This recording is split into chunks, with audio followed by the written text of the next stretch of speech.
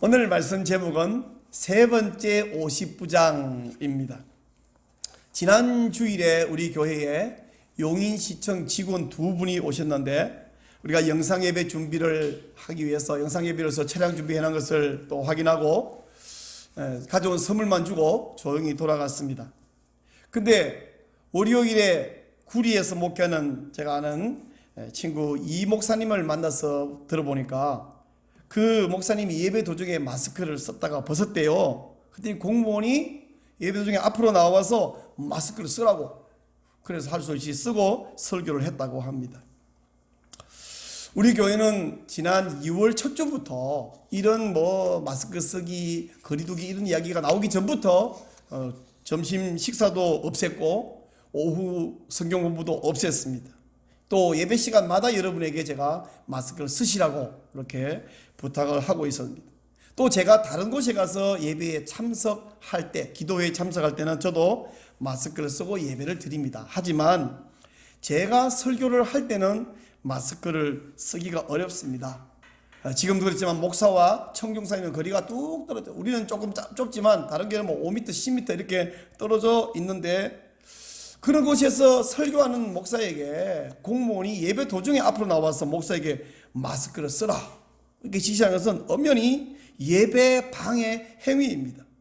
공무원이 시청에 돌아가서 그 교회는 다 썼는데 목사만 중간에 마스크를 벗고 설교하더라, 그렇게 가서 보고를 하는 건 자기 업무이지만 예배 중간에 방해하면 안 되죠. 공무원이 방역 활동을 하더라도 기본적인 예의가 있어야 됩니다. 하다못해 집에 어린 아기를 야단치더라도 불러다가 혼자 있는 공간에서 이번에 있던 이 사건만 다루어야 된다, 이게 유아교육에서 이야기하는 거잖아요. 그걸 막 공개석상에서 소리 지르면서 탱탱 야단치면 아이에게 악영향과 마음에 상처를 준다. 아기를 야단쳐도 기본적으로 지킬 예의와 도리가 있는데 예배 도중에 설교하는 목사에게 그렇게 방해하면 안 됩니다. 자, 그렇게 마스크 착용과 사회적 거리두기를 강조하는 공무원들은 어떻게 하는가? 제가 인터넷에서 사진 10장을 구해왔어요. 제가 지금 보여드리겠는데, 청와대 수석 보좌관 회의 참가자 저는 마스크 착용 안 했다, YTN에서 나온 기사네요. 제가 이걸 우리 지금 영상에 동참하는 분에게 또 유튜브에 보시는 분에게는 보여드리지 못해서 이따가 영상을 제가 보내드릴 텐데 그 영상 뒤에 링크로 해놓겠습니다. 잠깐 보시면 되겠고요. 여기는 서울시청 직원들이 대충 보니까 한 20명은 되겠는데 모여서 식사하고 거기서 코로나 극복 화이팅 그런다고 화이팅 되겠던 우리 더 크게 하겠다, 그죠? 20명이 아니라 2000명 모여서 코로나 극복 화이팅 하겠습니다. 이렇게 한꺼번에 모여 식사하고요. 여기는 또 조계종 총무원장 여기서 모여가지고 스님들 마스크 아무도 안 쓰셨죠? 그리고는 다 따닥따닥 붙어 앉아갖고, 또 이것도 불교 방송에 나온 건데 코로나19 피해 지원금, 여기는 마스크 아무도 안 쓰셨네요. 여기는 아예 악수도 하시네요. 우리는 아무도 악수 안 한 지가 벌써 2달 넘었는데 이분들 막 악수도 하시네요. 또 이분들 다닥다닥 붙어서 마스크 한 사람 말고는 다 안 썼네요. 여기는 합장적 인사한다고 소위 불자님들이 모여가지고 다닥다닥다닥 붙었고 마스크 쓴 분 안 쓴 분 절반이네요. 여기도 다닥다닥 붙어 앉았고요. 여기는 민속촌에서 코로나19 퇴치 기원제 한다고 거기 막 물 이렇게 써서 소원 걸어놓고 불 질렀는데 거기 수백 명이 빽빽히 모여 이렇게 있습니다. 자, 이렇게 기원제 한다고 혹은 불공 드린다고 코로나가 물러갈 것 같으면 우리 예배 코로나 물러가라 기도 안 합니까? 우리 다 하고 있잖아요. 여기는 경주의 한 음식점에서는 외식 감염 비상 20명이 확진됐다. 식사하다가 20명 확진했는데 우리 식사 안 한 지가 지금 2달이 넘었고 교인들 얼굴도 못 보고 있지 않습니까? 대한민국 형법 제158조에 이렇게 되어 있어요. 장례식, 제사, 예배 또는 설교를 방해한 자는 3년 이하의 징역 또는 500만 원 이하의 벌금에 처한다. 이게 대한민국 형법 158조입니다. 근데 하나님도 두려워하지 않고 형법도 대한민국 법도 무시하는 그 공무원은 중국에서 온 공안이냐고 제가 묻고 싶습니다. 그 공무원 한 사람 때문에 제가 화를 내는 게 아니고요. 그 사람 외에 정부 관계자 여러 사람들이 또한 대한민국 언론이 교회를 집중적으로 편향적으로 공격하고 있습니다. 지금 교회는 극소수 일부 교회를 제외한 모든 교회가 모범적으로 선제적으로 방역을 힘쓰고 있습니다. 우리도 지금 그렇게 하고 있잖아요. 지금 성도들 오지도 못하고. 근데 언론들은 모범적으로 잘하는 교회 2m 아니 우리 합신의 김병훈 교수님이 목회하는 그 나그네 교회는 3m씩 떨어졌어요. 이런 교회는 애써서 외면하고 일부 잘못하는 교회만 계속 방송이 되면서 모든 교회가 예배만 드리기만 하면 막 교회가 바이러스 생산지예요. 목사가 설교 대신 바이러스 배출합니까? 우리 아무도 바이러스 없습니다. 일부 교회에 바이러스 감염됐다 하면 영락없이 이단이더라고요. 온 세상이 교회를 싫어하고 교회를 공격합니다. 근데 여러분, 이거 사실은 이상한 일 아니에요. 역사적으로 볼 때, 성경적으로 볼 때 하나님의 원수들은 언제나 세상 권력을 거머쥐고 성도들을, 교회를 억압하고 박해했습니다. 그래서 하나님은 언제나 세상에서 외면당했고 핍박받았고 손해를 받았습니다. 그러면 하나님 멸시하고 교회를 박해하는 이 사람들의 결말은 어떻게 되었을까요? 또 어떻게 될까요? 또 이런 시대를 살고 있는 우리 성도들은 어떻게 처신해야 될까요? 어떻게 살아야 할까요? 오늘 우리가 읽은 열왕기하 1장에는요, 공무원이 세상 세력이 하나님과 하나님의 교회와 하나님의 사람을 대하는 대조적인 태도가 등장합니다. 그리고 그 결과는 읽은 대로 정반대로 끝이 났습니다. 성경을 보면 현 시대가 보이고요, 성경을 보면 미래가 보입니다. 성경은 우리의 거울입니다. 아하시야 왕의 시대에 무슨 일이 있었는지 알아보기 위해서 제가 그 당시 이스라엘 제3중대 소속의 무명 병사의 증언을 좀 들어보려고 합니다. 그 당시에 50부장 그러면 지금 대충 말하면 한 중대장 정도 되거든요. 그래서 이스라엘 제3중대 소속 무명 병사로부터 증언을 좀 듣도록 하겠습니다. 잠시만요.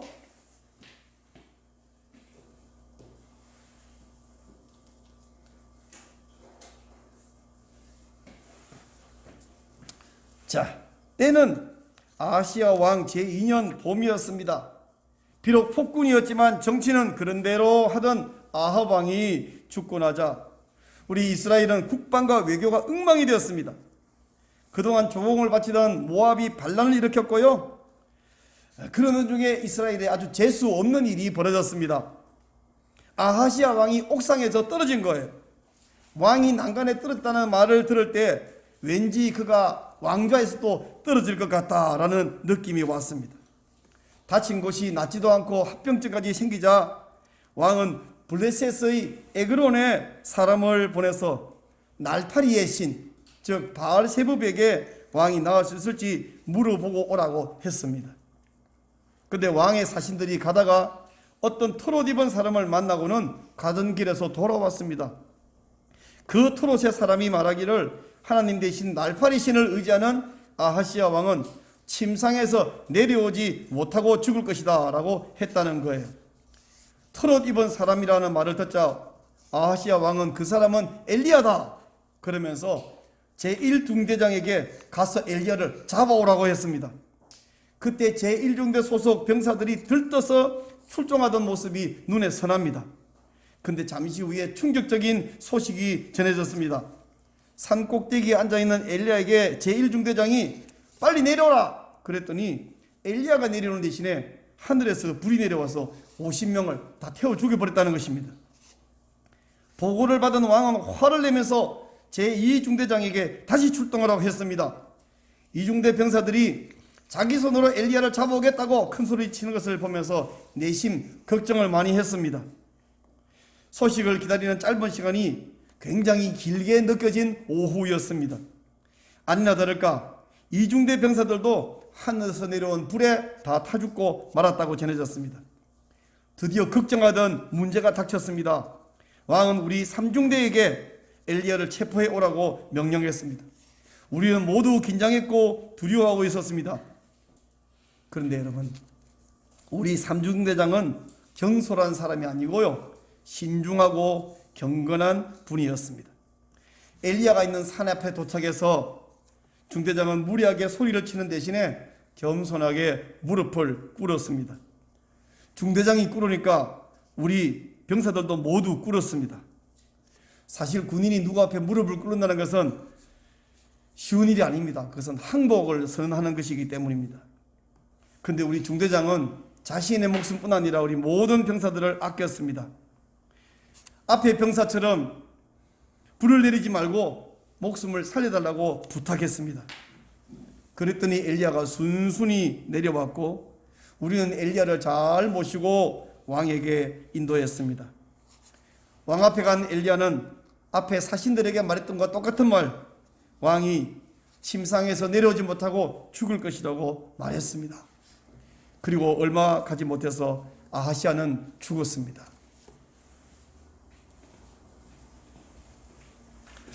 자, 여러분, 무명병사 이야기 잘 들으셨죠? 트롯을 입고 가죽띠를 띄었다는 말만 듣고도 아하시아는 그가 엘리야다 라고 말할 정도로 엘리야를 잘 알고 있었어요. 엘리야는 아시다시피 갈멜산에서 바알 선지자와 아세라 선지자 850명을 대상으로 대결을 해서 이긴 사람입니다. 그가 기도할 때 하늘에서 불이 내려왔고요. 그가 또 기도하니까 3년 반 동안 오지 않던 폭우가 쏟아졌습니다. 이렇게 엘리야를 누구보다도 잘 아는 아하시아라면 사신들에게 엘리야가 경고했다 할 때에 그는 하나님을 두려워해야 되는데 아하시아는 회개의 골든타임을 놓쳐버렸습니다. 아하시아는 회개하기는커녕 50부장을 보내서 엘리야를 잡아오라 그랬으니까 진짜 이 사람 제정신이 아니에요. 게다가 잡으러 갔던 병사들이 하늘에서 하나님의 불이 내려서 태워주겠다 그럴 때에 정말 두려워야 되는데 그제라도 뉘우쳐야 되는데 두 번째 골든타임조차 차버렸습니다. 심지어는 그 뒤에 두 번째, 세 번째까지 병사들을 보내고 보면 정말 죽으려고 작정을 한 것입니다. 미련한 것은 아하시아 왕뿐이 아닙니다. 앞에 두 50부장도 마찬가지예요. 9절을 한번 보실까요? 9절을 보면 이에 50부장과 그의 군사 50명을 엘리야에게로 보내며 그가 엘리야에게로 올라가 본즉 산꼭대기에 앉아있는지라 그가 엘리야에게 이르되 하나님의 사람이여 왕의 말씀이 내려오라 하셨나이다. 여기 내려오라 이렇게 하는 이 말이 히브리 말로 야라드라는 말인데 뜻이 뭐냐면 홍수처럼 속히 내려오라 이런 뜻이에요. 여러분 홍수 때만 물이 급속히 흘러가잖아요. 홍수처럼 속히 내려오라. 그러니까 쉽게 말하면 이걸 보면 하나님의 사람이여 이 말도 존경하는 말이 아니라 조롱하는 말이었어요. 쉽게 말하면 목사 양반 빨랑 나오지 이런 정도의 느낌이라는 걸 이해할 수 있습니다. 더 미련한 사람은 두 번째 50부장인데요 11절을 보면 11절 끝에 보세요. 하나님의 사람이여 왕의 말씀이 속히 내려오라 하셨나이다. 좀 전에 말했죠. 내려오라는 말 자체가 홍수처럼 속히 내려오라는 뜻인데 거기다가 속히란 말을 더다 붙였으니까 빨랑빨랑 안 나와 이거예요. 이게 더 미련합니다. 여러분 재미있는 것은 오늘 열왕기하 1장에서는 내려온다, 내려와라, 내려간다 이런 단어가 12번이 쓰였습니다. 아까 세울 때 몇 번 쓰셨나요? 자 한번 봅시다. 우선 아하시아가 침상에서 내려오지 못한다라는 말할 때 3번 쓰였는데요. 4절 볼까요? 4절 여호와의 말씀이 내가 올라간 침상에 내려오지 못할지라 이랬고 또 6절 봅시다. 6절 제일 마지막에 봐요. 6절 끝에 네가 올라간 침상에서 내려오지 못할지라 이렇게 말했죠. 그리고 16절을 보세요. 16절 보면 이제 엘리야가 드디어 왕 앞에 와서 하는 말입니다. 내가 올라간 침상에서 내려오지 못할지라 네가 반드시 죽으리라 이렇게 했습니다. 이렇게 3번 쓰였죠. 또 50부장이 엘리야에게 와가지고 빨리 내려오라 이렇게 말할 때 쓰였습니다. 9절 아까 보셨죠. 9절 하나님 사람이여 왕의 말씀이 내려오라 하셨나이다. 11절 속히 내려오라 하셨나이다 이렇게 써요. 2번 쓰였죠. 가장 많이 쓰인 것은 하늘에서 불이 내린다는 말에 가장 많이 쓰였어요. 10절 보세요. 10절 엘리야가 50부장에게 말하이르되 내가 만일 하나님의 사람이면 불이 하늘에서 내려와 이게 한번 쓰였고 너와 너의 50명을 살을지로다 하며 불이 곧 하늘에서 내려와 또 써있죠. 또 12절에 보면 엘리야가 그들에게 대답하이르되 내가 만일 하나님 사람이면 불이 하늘에서 내려와 이렇게 하면서 있고 너와 너의 50명을 살을지로다 하며 하나님의 불이 곧 하늘에서 내려와. 그리고 이제 14절에 가면 이번에는 불이 내려온 게 아니라 세 번째 50부장이 앞에 불 내려온 걸 언급합니다. 14절 불이 하늘에서 내려와 전번에 50부장과 둘과 그의 군사 50명을 불살랐나이다 이렇게 말했어요. 그리고 이제 마지막에는 엘리야가 이제 진짜 산에서 내려와요. 15절 볼까요? 여호와의 사자가 엘리야에게 이르되 너는 그를 두려워하지 말고 함께 내려가라 이내 써 있고 하친지라 엘리야가 곧 일어나 그와 함께 내려와. 여기서 두 번 쓰였습니다. 총 12번이나 쓰여졌어요. 여러분 한 이 18절까지 있는 짧은 성경 한 장에 같은 단어 야라드가 12번이나 쓰였다. 사실은 오늘 설교 제목을 놓고 고민을 좀 해봤어요. 세 번째 50부장이라고 제봐놨던 거다가 제목을 내려오라 이렇게 바꿨다가 다시 바꿨어요. 아무래도 그건 오늘 본문의 핵심 주제는 아닌 것 같고 그래서 내려오라가 무려 12번이나 써졌어요. 이 중에서 정말 재미있는 것은 뭐냐면 50부장이 엘리야에게 내려오라 이럴 때에 엘리야가 내려온 대신에 뭐가 내려왔어요? 불이 내려와. 그래서 이 열왕기하 1장은 이 기록자가요 내려온다는 야라드라는 단어를 가지고 일종의 워드플레이 말놀이를 하고 있는데 이 말놀이는 정작 왕에서 내려갈 사람은 누구냐면 자격 없는 아하시아잖아요. 근데 아하시아가 보낸 50부장이 감히 하나님의 사람 엘리야에게 내려오라 이렇게 하니까 엘리야가 내려온 대신 하늘의 불이 하나님의 불이 내려와서 애꿎은 군인 100명을 죽여버렸습니다. 그리고 마지막으로는 결국 아하시아도 죽음과 함께 권좌에서 내려왔다. 이 워드플레이를 요지가 이거예요. 뭐? 나더러 내려오라고? 네가 내려와라 권좌에서. 우리나라 영화에서 네가 가라 하와이 그것처럼 네가 내려와라 권좌에서 이렇게 말하고 있는 것입니다. 이 사건에서 최고의 주인공은 누구냐? 50부장 중에 세 번째 50부장입니다. 이 사람이 보세요. 아하시아 왕도 제정신이 아니죠. 나머지 앞에 두 50부장도 이게 뭐 역시 제정신이 아니죠. 이런 상황에서 혼자 믿음으로 행동한다는 것은 결코 쉽지 않을 때도 불구하고 이 세 번째 50부장은 하나님을 두려워했습니다. 이 사람이 엘리야 앞에 무릎을 꿇고 하나님의 사람이요 라고 말한 것은 앞에 두 50부장이 조롱하는 말로 하나님의 사람이 한 거는 전혀 다른 고백이고 이 사람은 진실하고 겸손하게 고백한 것입니다.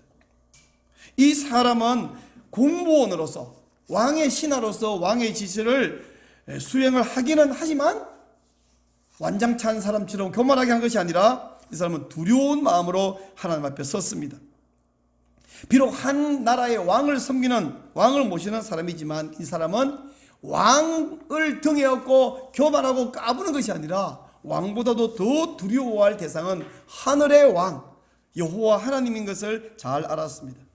그래서 그는 감히 하나님의 사람에게 내려오라 마스크 쓰라 이래라 저래라 그렇게 지시하지 않았습니다. 그는 자신과 자신의 부하 50명의 생명을 불쌍히 여겨달라고 살려달라고 부탁했어요. 그럴 때에 그는 자신과 그의 모든 부하들은 멸망하지 않고 살 수 있었습니다. 이걸 보면 사람이 대장을 잘 만나고 잘 따르는 것은 굉장히 중요하죠. 요사이에 보니까 어디 교회가 확진자가 뭐 몇 명이 생겼다. 그제도 이재록이 따르는 만민중앙교회 그건 벌써 20년 전부터 그 교회 이단이라고 우리 다 알고 있지 않습니까? 그 어쩌다가 목사를 만났는데 목사가 이단이 됐어. 처음부터 이단이면 안 따라가겠는데 어쩌다가 교회를 갔는데 그 목사가 살살살살 변질됐는데 온 교인들 못 모르고 따라가다 보니까 이단이 돼버렸네. 다른 교회가 자기 교회 뭐 이단이라고 하는데 왜 이단인지 잘 모르겠어. 그리고는 이번에는 또 확진자도 나왔네요. 사람이 정말 지도자를 잘 만나는 건 하나님의 복입니다.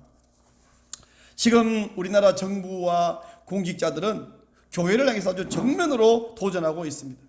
좀 전에 제가 보여드렸던 그 10장의 사진을 보니까 뭐 청와대 또 뭐 시청 직원들 뭐 다른 모임들 어디서든지 마스크 쓰기나 2m 거리를 안 지키잖아요. 한 의심증에서 20명의 확진자가 나왔다 그러지 않습니까? 그런데도 불구하고 이 정부 그리고 언론들은 오로지 교회에 대해서만 7대 예방수칙을 지켜라, 안 지키면 교회 폐쇄하겠다, 행정명령 내리겠다, 그리고 교회 예배드리면 한 명당 300만 원씩 벌금을 매기겠다, 또 교회에서 확진자 나오면 구상권을 청구하겠다, 협박을 하고 있습니다. 협박을. 좋아요, 구상권 청구하세요, 행정명령 내리세요. 단 하려면 교회만 하지 말고 식당도 하고 공무원도 하고 불교에도 하고 천주교도 하고 놀이터에도 하고 다 하세요. 사람이 모이면 어디나 확진 생기지. 교회 일주일 중에서 하루 종일도 아니고 주일 한 번 딱 1시간, 11시부터 12시 1시간, 우리 그러면 점심도 안 먹고 다 집에 가지 않습니까? 이런 교회를 하여 이렇게 지속적으로 협박하는 것이 가능합니까? 하려면 똑같이 하라. 999 콜센터에서 제가 보니까 102명의 확진자가 나왔는데, 그러면 다른 모든 콜센터에 지금 2m 뛰어서 앉고 있습니까? 하도 답답하니까 제주도에 있는 어떠한 성도님이 제주 도청에 가가지고 위생과에 가서 제가 성도로서 왔습니다, 한번 확인하겠습니다. 그리고 줄자로 쟀더니 80cm, 2m는 그냥. 그리고 보면서 여기 직원들 아무도 마스크 쓰나 없네요. 소리 지르면서 화를 내고 따지고 그 영상에 올라온 것을 보았습니다. 그리고 공무원들 또 이런 행정구청에서 확진자 나온 곳이 10곳이 있습니다. 10곳이. 그럼에도 불구하고 그들에게 2m 떨어져 앉아라, 마스크 쓰고 근무해라, 아무도 그런 말 안 합니다. 우리 학교에 가면 식당에 한쪽으로 전부 다 비워놓는 자리라고 쭉 서면 한쪽만 혼밥족처럼 앉아서 우리 밥 먹고 있어요. 이들이 교회만 지속적으로 통제하고 주일 아침에 토요일 저녁에 교회 모이지 말라고 가지 말라고 계속 문자 돌리고, 왜 합니까? 왜 딴 데는 통제 안 하면서 사람 모이는 곳 많은데, 확진 나온 곳 많은데 오직 교회만 그러냐? 이분들이 생각이 머릿속에 교회는 예배 안 드려도 되는 곳이라고 생각하기 때문이에요. 여러분, 우리 교회에 모여서 예배드리는 게 취미생활인가요? 사람 얼굴 보러 왔나요? 우리가 교제하는 장소인가요? 여러분의 취미생활을 위해서 제가 일평생을 목회에 헌신하고 있습니까? 남의 취미생활을 위해서 돈도 안 생기는데 일평생 그런 사람이 어디 있겠어요? 여러분, 우리 성도에게 예배는 생명입니다. 여기서 우리가 영적인 생명을 공급받고 살아갑니다. 물론 저도 무조건 교인들이 다 이 자리에 모여서 예배드린다고 고집한 적이 없어요. 고민이 많습니다. 예배를 어떻게 드려야 할 것인가, 그 고민을 잘 정리해서 제가 오늘 주보에도 올려놓고 또 카페도 써놨으니까 자세히 읽어보시기를 바랍니다. 정부가 이렇게 편파적이고 강압적으로 교회를 향해서 억압을 하자 처음에는 여러 모든 총회장들이 정부에 적극적으로 협조하자 그렇게 하던 분들이 일제히 항의 성명서를 발표했습니다. 제일 먼저 예장 통합 측, 그 다음에 예장 합동 측, 예장 고신 측, 그리고 감리교, 그리고 기독교 성결교 뿐만 아니고 또 한교총, 한교연, 그리고 기독교 언론회 회장들이 편향된 행정을 비판하고 항의하고, 한교총에서는 사상 유례없는 폭력이다 이런 표현을 쓰면서 정세균 총리에게 사과를 요청했고요.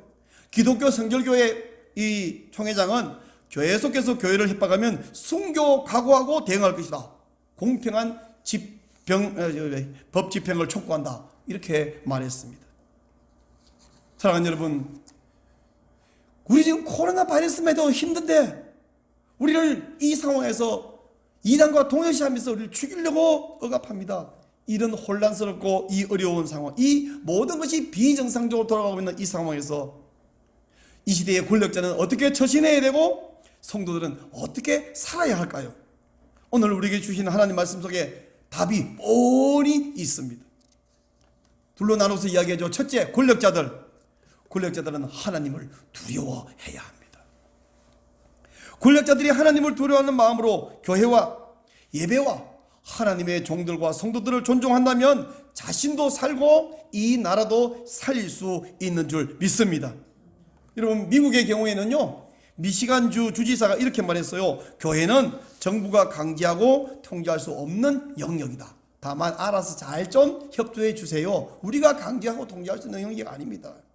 그런가 하면 미국 부통령 마이크 펜스는 코로나 위기 속에서 교회의 역할을 지지하면서 격려하면서 감사한다라고 말했습니다.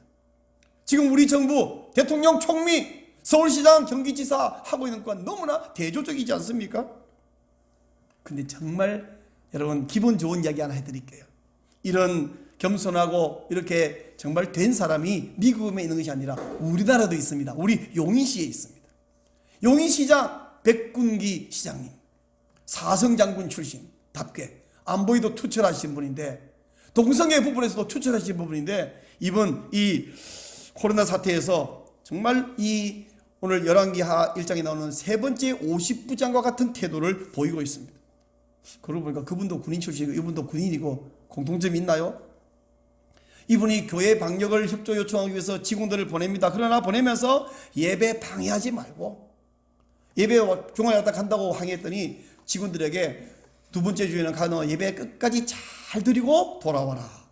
그리고 목사들에게 방역에 필요한 거 있으면, 물품이 있으면 협조해 드리겠습니다. 우리가 가장 구입하기 힘든다는 것이 그 비접촉 체온계, 이거 살래도 못 산다고 했더니 시청에 98개가 있는데 드릴 수는 없고, 왜 우리도 보유해놔야 되는 의무가 있으니까 또 더 살 수도 없으니까 대신 2주 동안 대여해 드릴게요. 잘 쓰시고 돌리면 됩니다. 뭐든지 필요한 거 협조하겠다고 합니다. 그래서 용인시 우리 용기총 목사님들에게 혹시 직원들이 와서 불쾌하게 행동하고 있으면 보고하십시오. 아무도 불만이 없어요. 얼마나 다행이에요. 우리 용기총 목사님들이 날마다 모여서 기도할 때 하나님이 우리에게 이런 복을 주셨고 용인시에 이런 정말 좋은 시장을 주셨습니다. 여러분, 우리 용기총 목사님들이 지금도 아침마다 모여서 기도해요. 물론 우리 모여서 2m, 3m 떨어져 앉아서 기도합니다. 매일 아침 기도할 때 하나님이 우리에게 이런 복을 주시는 줄 믿으시기 바랍니다. 그러므로 여러분 기도하시기 바랍니다. 이 나라의 대통령, 총리, 도지사, 시장 모든 공무원들이 하나님을 두려워하고 정말 하나님의 사람들에게도 역시 우리 용인시장처럼 예의를 다 갖추어서 그러면서 얼마든지 방역협조 요청할 수 있잖아요. 그런 공직자들이 되도록 기도하시기 바랍니다. 그분들이 뭐 예뻐서 안 예뻐서 그 차원이 아니고요. 그게 우리가 복받는 길, 우리가 사는 길, 우리나라가 회복되는 길이기 때문입니다. 그러므로 그들이 우리 기도에 달렸다, 우리에게 책임이 있다, 그 사실을 깨닫고 공직자를 위해서 여러분도 기도하시기를 바랍니다. 부탁합니다. 두 번째, 우리 성도들은 어떻게 해야 되냐? 성도들도 역시 하나님을 두려워해야 합니다. 일반적으로 사람들은 눈에 보이는 세상 세력을 무서워해요. 그러나 공권 죽여도 영혼은 죽이지 못하는 자들을 두려워하지 말고 오직 몸과 영혼을 능히 지옥에 멸하시는 하나님을 두려워하시기 바랍니다. 공무원들이 방역 활동을 하더라도 우리 교회도 열심히 하고 있잖아요. 공무원이 시켜서 하는 게 아니에요. 우리도 확진자 나오면 당장 우리부터 어려워지고 또 그 교회 폐쇄해야 되고, 그래서 우리가 미리 하고 있습니다. 우리가 예배당에 안 모이는 것은 누가 잡아갈까봐 무서워서가 아니고요, 고발할까봐 무서워서 아니라 우리가 선제적으로 모범적으로 그런 일을 하고 있는 거예요. 근데 만약에 공권력이 억지로 모이지 못하게 한다면, 저에게 성경적인 설교를, 예를 들면 동성애 이런 거 비성경적인 소리를 하라고 억압을 한다면 저는 목숨을 걸 것입니다. 오히려 성경적인 설교 한 번 하면 오늘 잡혀가는 한수도 하고 잡혀가는 것이죠. 여러분, 100년 전 평양은요 동방의 예루살렘이라 부를 정도로 전 도시가 예수 믿어갖고 예수 안 믿는 사람이 일부 있었죠. 근데 장사가 안 돼서 주일날 다 시장을 닫았다고 합니다. 그랬던 평양이 공산화되고 나서 완전히 교회당이 다 없어져 버렸어요. 근데 지금 북한과 평양 전역에 교회가 없어져 버렸습니다만은, 가짜 교회, 위장 교회 한두 군데 있습니다만은 그 안에는 목숨을 걸고 믿음을 지키는 많은 성도들이 있습니다. 우리나라가 절대로 평양처럼 북한처럼 되어서는 안 되겠지만, 만에 하나 그런 일이 벌어지더라도 우리는 목숨을 걸고 믿음을 지키시기 바랍니다. 박해 속에서 하나님을 두려워하지 않고, 권력자를 두려워하지 않고 하나님을 두려워하고 하나님을 섬길 때 멸망하지 않고 구원을 받을 수 있습니다. 여러분 속으로, 그럼요 목사님 걱정하지 마세요, 우린 박해가 오더라도 목숨 내걸고 우리는 믿음을 지킬 겁니다. 여러분 그렇게 속으로 생각하고 계시죠? 그렇게 속으로 생각한다면 지금 박해가 아닌데 약간의 불편함과 약간의 손해 앞에서 먼저 바람도 불기 전에 풀이 누워버리듯이 하지 말고 여러분 믿음을 지키시기를 바랍니다. 왜냐하면요, 작은 일에 충성하는 사람이 큰 일에도 충성할 수 있거든요. 작은 불편, 작은 손해를 감수하지 못하면 박해, 순교 그 가능하다고요? 그렇지 않습니다. 작은 일에 충성할 때 큰 일에 우리가 충성할 수 있고 시험을 물칠 수 있을 줄로 믿습니다. 그러므로 지금 손해, 불편 감수하면서 정말 순교 각오하는 박해도 이길 수 있는 그런 믿음으로 키우시기를 바랍니다. 바라기는 우리나라의 모든 공무원들, 모든 성도들 하나님 앞에서 이 세 번째 50부장, 오늘 말씀 제목입니다. 세 번째 50부장 같은 믿음을 가짐으로써 우리 모두 멸망하지 않고 하나님의 복을 받는 한국교회, 대한민국 우리 성도들 다 되시기를 축원합니다.